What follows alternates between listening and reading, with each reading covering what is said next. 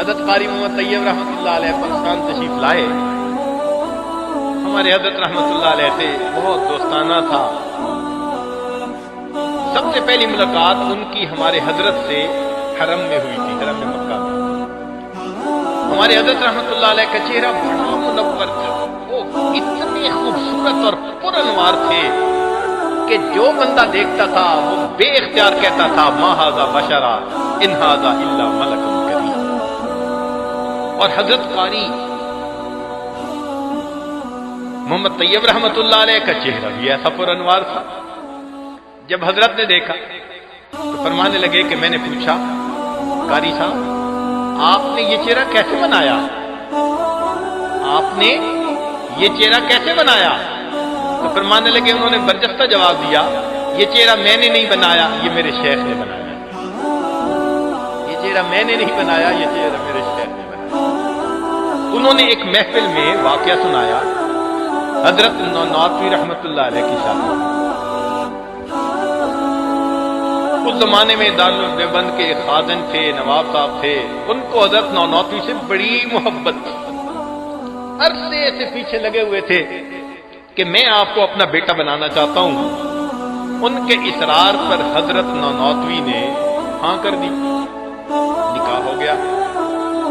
نواب صاحب نے اپنی بیٹی کے لیے اس زمانے میں جب استاد کی تنخواہ 2 روپے ہوتی تھی 1,00,000 روپے کے زیورات بنائے اس زمانے میں اور اپنی بیٹی کو رخصت کیا.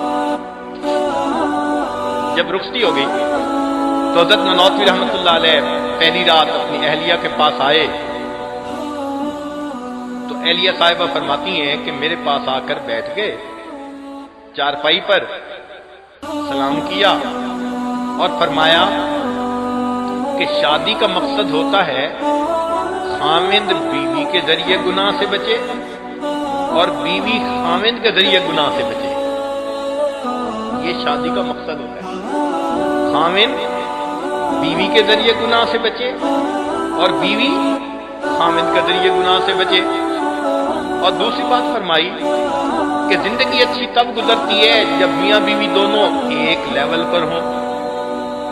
میں تمہاری مانند امیر بننا چاہوں تو ساری زندگی محنت کروں تو نہیں بن سکتا، اور تم میری طرح بننا چاہو تو ابھی بن سکتی ہو. تو میں نے پوچھا کیسے؟ تو فرمانے لگے کہ یہ جتنے زیورات ہیں نا، یہ جو ترکیہ کا ہے نا خلافت کا کام، یہ سارا اللہ کے راستے میں بھیج. فرماتی ہیں میں نے سارے زیور نکالے، 1,00,000 روپے کے زیور حضرت نے رومال میں باندھے اور اگلے دن وہ زیورات اللہ کے راستے میں دی. اب اگلے دن میں گھر میں تھی تو محلے کی عورتیں دیکھنے کے لیے آئیں. جب شادی ہوتی ہے تو دلہن کو دیکھنے کے لیے بوڑھی بوڑھی آتی ہیں. وہ دلہن کو کم دیکھتی ہیں، اپنے دلہن کے زمانے کو زیادہ یاد کرتی ہیں. تو کہنے لگی بڑھیا آ گئی 2-3 اور انہوں نے مجھے دیکھا تو میرے اوپر تو کوئی زیور ہی نہیں جسم پر. ان میں سے ایک بڑھیا فتنے کی پڑیا وہ کہنے لگی ہاں یہ تو باپ پہ بوجھ بنی ہوئی تھی، لگتا ہے اس نے دھکا ہی دے دیا، جان چھڑائی اس سے. کہنے لگے جب میں نے یہ سنا تو میرے تو آنکھوں سے آنسو، رونا ہی نہ تھمے. حضرت نانوتوی رحمۃ اللہ تشریف لائے، مجھے روتے ہوئے دیکھا، فرمایا کیوں، کوئی خیریت ہے؟ میں نے کہا نہیں بس آپ مجھے میرے والد صاحب کے گھر چھوڑ دیں. حضرت نانوتوی رحمۃ اللہ نے میری خواہش کا احترام کیا اور مجھے اسی وقت لے کر میرے والد سے آپ کے گھر چھوڑ. اس زمانے میں مردان خانہ الگ ہوا کرتا تھا، زنان خانہ الگ ہوتا تھا. مرد لوگ مردان خانے میں رہتے تھے، بوقت ضرورت گھر کی عورتوں سے ملاقات کرتے تھے. کہنے لگی میں 2 دن وہاں رہی.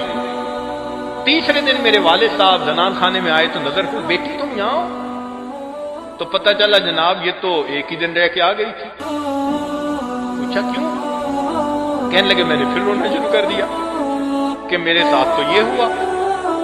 گو میں نے زیورات اپنے خوشی طیب نفس سے دیے تھے، مگر عورتوں کا جو تانا تھا اس نے میرا دل دکھا دیا۔ تو نواب صاحب کہنے لگے بیٹی یہ کون سی بڑی بات ہے؟ نواب صاحب نے 1 لاکھ روپے کے زیورات اور بنوائے اور پھر اپنی بیٹی کو دیے اور کہا کہ اچھا تم جاؤ، رخصت کر دیا۔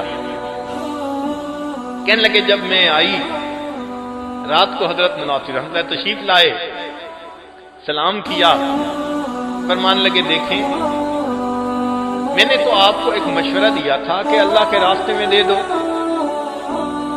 تم نے اپنی چاہت اور مرضی سے دیا تھا، اگر تمہاری چاہت نہیں تھی تو نہ دیتی، میں نے مجبور تو نہیں کیا تھا، اب تمہارے والد صاحب کے سامنے میری رسوائی ہوئی کہ میں نے مجبور کیا، اور میں نے تو اس لیے کہا تھا کہ یہ سانپ اور بچھو تم اپنے گلے ہاتھوں میں کیسے پہنو۔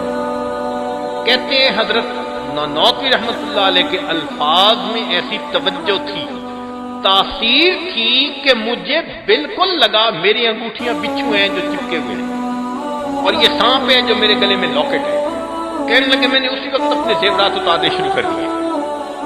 حضرت کہہ رہے ہیں نا نا نا نا، اور میں اتارتی جا رہی ہوں، سب زیورات اتار دیے، اور میں نے کہا کہ اب اس کو پھر اللہ کے راستے میں دے دیں، میں آج کے بعد کسی کو نہیں کہوں گی۔ حضرت نانوتوی رحمت اللہ علیہ نے پھر 1 لاکھ کے زیورات اللہ کے راستے میں بھجوا دیے، اور پھر اس کے بعد انہوں نے حضرت نانوتوی سے پڑھنا شروع کیا، اتنا علم پڑھا۔ حضرت قاری صاحب فرمانے لگے میں نے مشکات شریف اپنی دادی اماں سے سبکن پڑھی ہوئی ہے۔